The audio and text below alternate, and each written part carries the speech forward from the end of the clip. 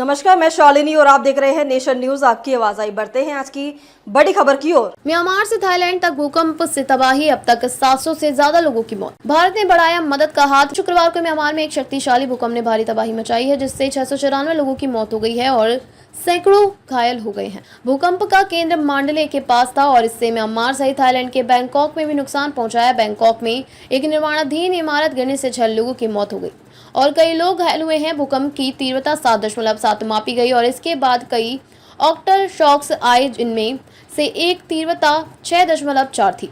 Myanmar के सैन्य शासन ने आधिकारिक तौर पर 694 मौतें और 730 घायलों की पुष्टि की। म्यांमार में भारत के अलावा चीन और रूस ने भी मदद भेजी है। थाईलैंड के बैंकॉक में एक निर्माणाधीन 33 मंजिला इमारत भूकंप के कारण ढह गई है। इमारत गिरने से आसपास के इलाके में भारी धूल और मलबा फैल गया। बैंकॉक में लोग भागते हुए दिखाई दिए और राहत कार्य जारी है। म्यांमार सरकार ने राहत प्रयासों के लिए रक्तदान की अपील की है और विदेशी मदद स्वीकार करने की बात की है।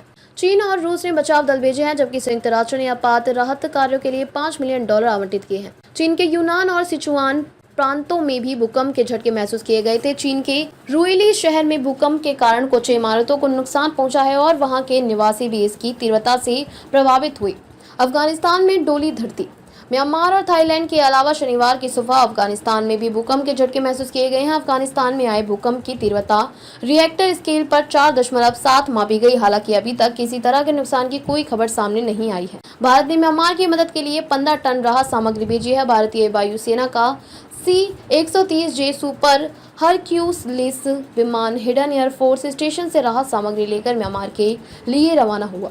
भारत के पड़ोसी देश म्यांमार में शुक्रवार को भयानक भूकंप आया। भूकंप की तीव्रता 7.7 थी, जो कि काफी तेज था। इन झटकों से कई बिल्डिंग ढह गईं और लोग दहशत में आ गए। भूकंप में कम से कम 694 से ज्यादा लोगों की मौत हो चुकी है और 1670 से ज्यादा लोग घायल हुए हैं। हालांकि मरने वालों की संख्या और अधिक होने की आशंका जताई जा रही है। जुटा प्रमुख मिन ऑन्ग हाइंग ने एक वीडियो स्पीच में कहा कि मैंने राहत प्रयासों के लिए अंतर्राष्ट्रीय समर्थन का अनुरोध किया है। म्यांमार में शुक्रवार को दोपहर 7.7 तीव्रता का भूकंप आया था। इस भूकंप का केंद्र म्यांमार के दूसरे सबसे बड़े शहर मांडले के पास था। इसी के बाद करीब 11 मिनट बाद 6.4 तीव्रता का जोरदार झटका आया।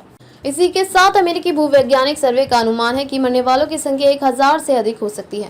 म्यांमार के सैन्य जुटा नेता जनरल मिन ऑन्ग होइंग ने और अधिक मौतों और हताहतों की चेतावनी दी है। साथ ही उन्होंने किसी भी देश के मदद और दान देने के लिए आमंत्रित किया, जबकि मेजर जनरल जॉ मिन तुन ने बताया कि नेपिडी, मॉडले और शांगांग शहर में अस्पताल घायलों से भरे हुए थे। थाईलैंड में बैंकॉक के चाटचक बाजार के पास 33 मंजिला निर्माणाधीन इमारत ढह गई। इमारत के ढहने का वीडियो भी तेजी से वायरल हो रही है। इमारत के ढहने के बाद बचाव कर्मी मलबे की ओर दौड़े और घायल लोगों को फौरन अस्पताल ले जाया गया। म्यांमार के भूकंप के बाद राहत अभियान शुरू किया जा चुका है। संयुक्त राष्ट्र महासचिव एंटोनियो गुटेरेस ने घोषणा की कि संयुक्त राष्ट्र जरूरतमंद लोगों की सहायता के लिए दक्षिण पूर्व एशिया में जुट रहा है। राहत के लिए $5 मिलियन आवंटित किए गए हैं। अमेरिकी राष्ट्रपति डोनाल्ड ट्रंप ने कहा कि म्यांमार में अधिकारियों से बात की है और पुष्टि की है कि उनका प्रशासन देश को सहायता देगा।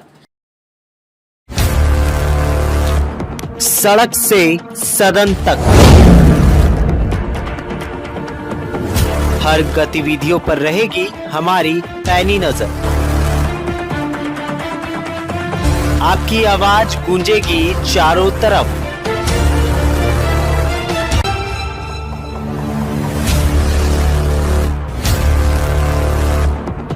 क्योंकि हम हैं नेशन न्यूज, आपकी आवाज आपके साथ।